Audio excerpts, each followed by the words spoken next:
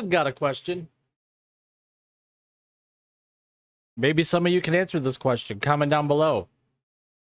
Why is it every time a project, a show, a movie, like let's say what just came out, finished up last week, Secret Invasion. Why is it a show like Secret Invasion, which was just awful? I mean, the last episode, its Rotten Tomatoes score is down to like 7%. Why is it every time a show like this gets just blasted, gets poor reviews, poor ratings, the director's got to come out and say, well, you know, I don't really care about reviews. And if the fans don't like it, so what? I don't care about them either. I mean, this is pretty much what happened with Secret Invasion.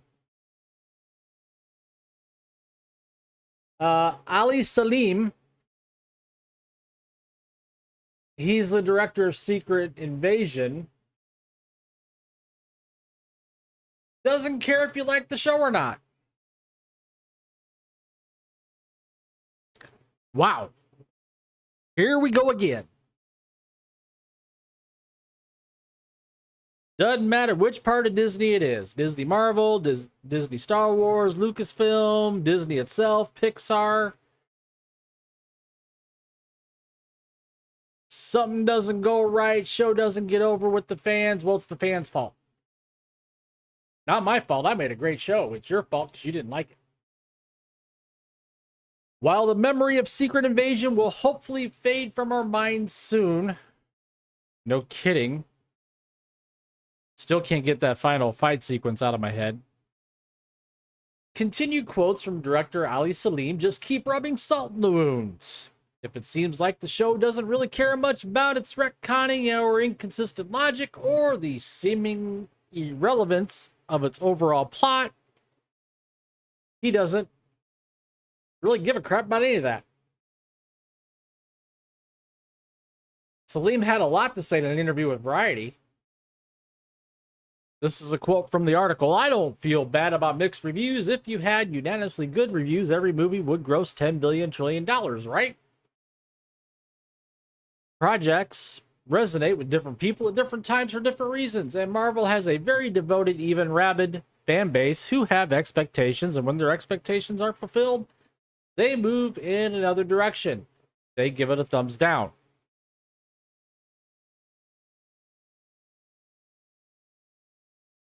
As a certain presidential candidate would say, wrong.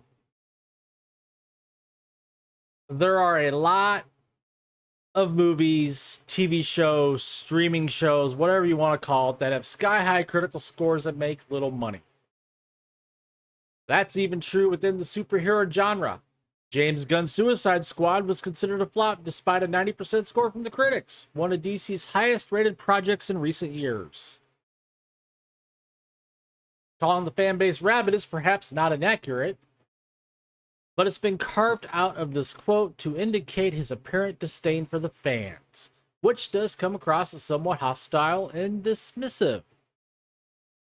Here's another quote. Oh, I don't read reviews, with all due respect. For me, I view all the storytelling work I do as a dialogue with an audience. I don't know. Is it our job to fulfill their expectations, or to tell the story that we're telling? So it's a tricky thing. I would love it if everybody loved it, but I also don't have that expectation myself. So I feel great about the response to it.